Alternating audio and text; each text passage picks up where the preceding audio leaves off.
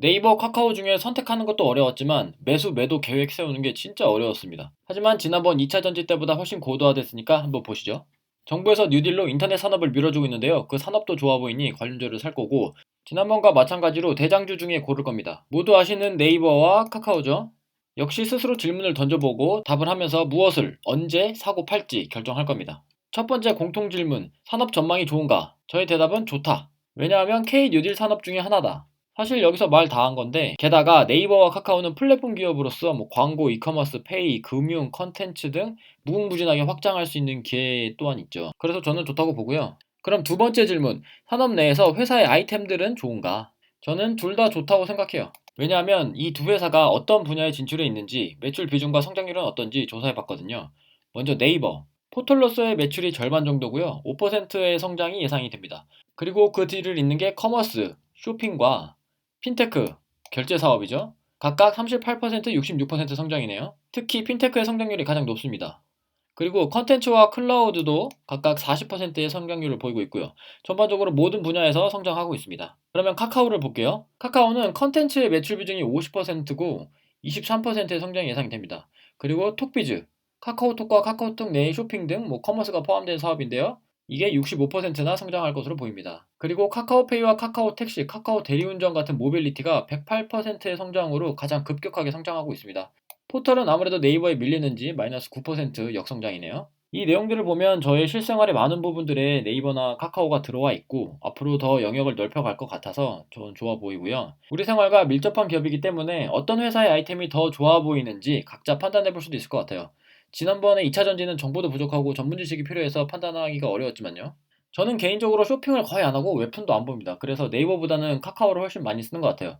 특히 카카오의 신사업 쪽을 많이 씁니다. 카카오톡이 페이뿐만 아니라 뱅킹, 증권 업무, 투자, 각종 알림, 올해 초에는 고지서 서비스까지 시작했더라고요. 그런 관점에서 저는 커머스나 컨텐츠는 누가 더 잘할지 모르겠지만 신사업 쪽 때문에 카카오로 조금 더 마음이 가요. 자, 다음 세 번째 질문. 회사가 성장하고 있는가? 월봉 차트로 봤을 때 둘 다 성장을 시작했다고 보여집니다. 네이버는 2014년까지 빠르게 성장하다가 이후 성장이 좀 정체됐죠. 그러다가 2020년 올해부터 역사적 신고가를 갱신하면서 급격하게 성장하고 있고요. 카카오는 2012년까지는 천천히 성장하는 듯 하다가 정체됐죠. 그러다 역시 올해부터 역사적 신고가를 갱신하면서 급성장하고 있습니다. 네 번째 질문, 재무 상태는 어떤가? 네이버 먼저 볼게요. 부채 비율은 108%로 높습니다. 영업이익은 전년 대비 플러스 62%로 크게 성장 예상이고요. 영업이익률은 19년도 11%에서 20년도 20%로 증가 예상입니다. 네이버를 제외한 업종 평균이 12%니까 올해는 업종 평균을 뛰어넘겠네요. PER은 59로 절대값은 크다고 볼 수도 있지만 업종 평균 106보다는 낮네요. 올해 추정 PER은 56으로 조금 개선되겠고요. 카카오 볼게요. 부채 비율은 50%로 낮습니다. 영업이익은 전년 대비 플러스 117% 성장으로 엄청나네요. 영업이익률은 19년도 7%에서 20년도 11%로 상승하지만 아직 여전히 카카오를 제외한 업종 평균 13%를 넘지는 못하겠네요. PER은 직전 4개 분기 합산 당기순이익이 적자라서 음수입니다. 올해는 당기순이익이 흑자 전환이 예상이 되고 그랬을 때 추정 PER은 75로 업종 평균보다는 낮습니다. 하지만 네이버보다는 높죠. 그러니까 네이버보다 가치 대비 고평가되고 있다는 얘기겠네요. 자, 그럼 여기까지 성장성과 재무제표를 봤을 때 나는 매수 의사가 있는가를 스스로 생각해보면 저는 두 회사 모두 예스. 왜냐하면 K뉴딜로 밀어주는 산업이고 두 회사 모두 주가와 영업이익이 성장 중이기 때문이죠. 그러면 현재 차트상 매수할 것인가 생각해보면 저는 네이버는 노고 카카오는 예스입니다. 왜냐하면 제가 나름대로 매수, 매도 타이밍 잡아보겠다고 차트 분석을 해봤거든요. 카카오 차트로 했는데 결과는 네이버도 비슷하리라고 생각해요. 결과부터 말씀드릴게요. 참고로 지금부터 나오는 방법은 제가 계속 몸으로 겪으면서 업그레이드 할 예정입니다. 봅시다. 1년 동안 5일선만 가지고 매매했을 때 5 플러스 11선만 가지고 매매했을 때 5 플러스 10 플러스 21선, 5 플러스 10 플러스 20 플러스 61선으로 매매했을 때 각각 시뮬레이션 해서 결과를 비교해봤습니다. 그랬더니 2020년에는 5 플러스 11선으로 매매하는 게 수익률 166%로 가장 좋게 나왔어요. 존버하는 것보다도 수익률이 높아요. 2019년도를 가지고 또 해봤거든요. 그랬더니 이번에는 존버가 답이었어요. 존버가 49%로 가장 높게 나왔죠. 2018년도를 가지고 또 해봤어요. 그랬더니 이번에는 존버가 마이너스 27%로 가장 손해봤고 그리고 뭘 하든 손실이 났어요. 그나마 61선까지 하는 게 손실이 가장 적긴 했지만 어쨌든 이 5가지 방법으로는 뭘 해도 안 되더라고요. 이 차이가 뭘까 생각해보니까 2020년은 급상승하는 해였고 2019년은 약간 상승하는 해였고 2018년은 하락하는 해였어요. 즉 이 말은 뭐냐? 하락장이냐 상승장이냐 얼마나 상승장이냐에 따라서 이 5가지 방법을 적절하게 섞어야 수익을 가장 많이 낼 수 있다는 거죠. 다시 말해서 2018년에는 안 사고 아무것도 안 하고 기다리고 2019년에는 존버로 가다가 2020년에는 5 플러스 11선 전략으로 갔으면 수익률이 가장 높았을 거다 이거죠. 그러면 이 상승장이냐 하락장이냐는 어떻게 판단할 거냐, 이게 문제인데, 일단 지금까지 저의 결론은 20주선입니다. 왜냐하면 주봉 차트를 볼게요. 여기서 빨간 선이 20주선입니다. 2018년 말에서 2019년 초가 가장 저점이죠. 그러면 이전까지는 하락장, 이후는 상승장이라고 판단할 수 있으면 좋겠죠. 여기서 20주선, 빨간 선을 보면 그렇게 얘기해주고 있어요. 2018년 초부터 2019년 초까지는 하락장이다. 그리고 2019년 초부터 상승장이다.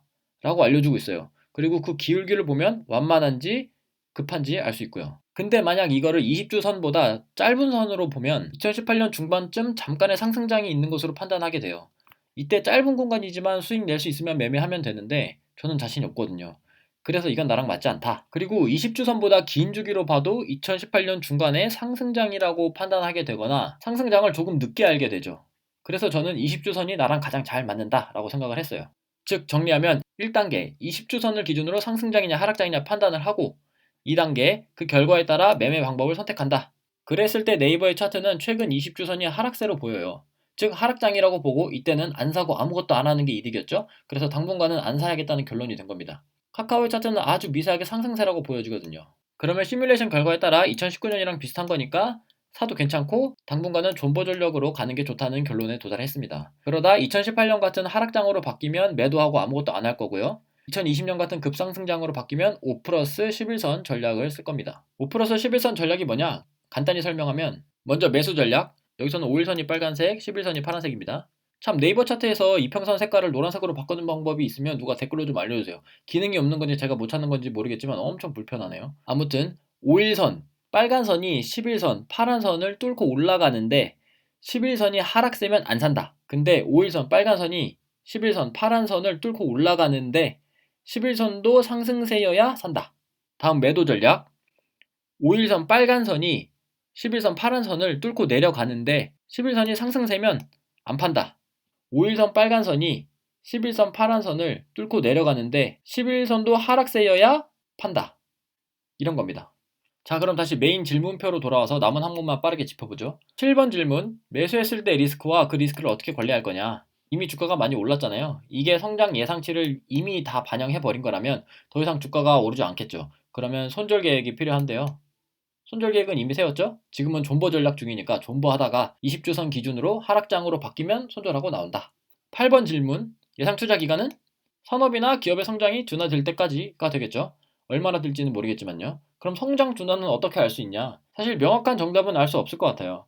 그래도 생활과 밀접한 기업이니까 나의 체감과 차트와 전문가들의 리포트를 꾸준히 모니터링해서 판단할 수밖에 없겠죠. 9번, 10번 최근에 급등했는가? 이거는 단기 급등을 했으면 단기 급락이 올 수 있기 때문에 그 이후에 매수하려고 던진 질문인데 그렇지 않으니까 패스. 11번 중요한 질문이죠. 언제 살 거냐? 지금 약 상승장이기 때문에 존버가 답인데 사야 존버도 할 수 있는 거니까 매수 전략은 아까 설명했던 5 플러스 11선 매수 전략으로 가겠습니다. 20주선이 상승세이면서 엔드 5일선이 11선 뚫고 올라가면서 엔드 11선도 상승세일 때 산다.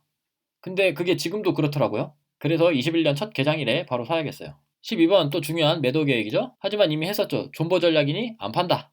다만 20주선이 하락세로 바뀌면 하락장이라고 판단하고 매도한다. 마지막 13번 그랬을 때 예상되는 나쁜 시나리오는? 뭐 매수하자마자 하락장으로 바뀌어서 손절을 하게 될 수 있겠죠. 이때 손실폭이 조금 클 수는 있어요. 왜냐하면 지금 주가가 5일선보다 위에 점프해 있거든요. 그러니까 저 위에 사서 똑 떨어질 수도 있다. 하지만 뭐 어쩌겠습니까. 그건 감당해야죠. 그럴 일 없길 바라면서 전국의 파이프맨들 화이팅!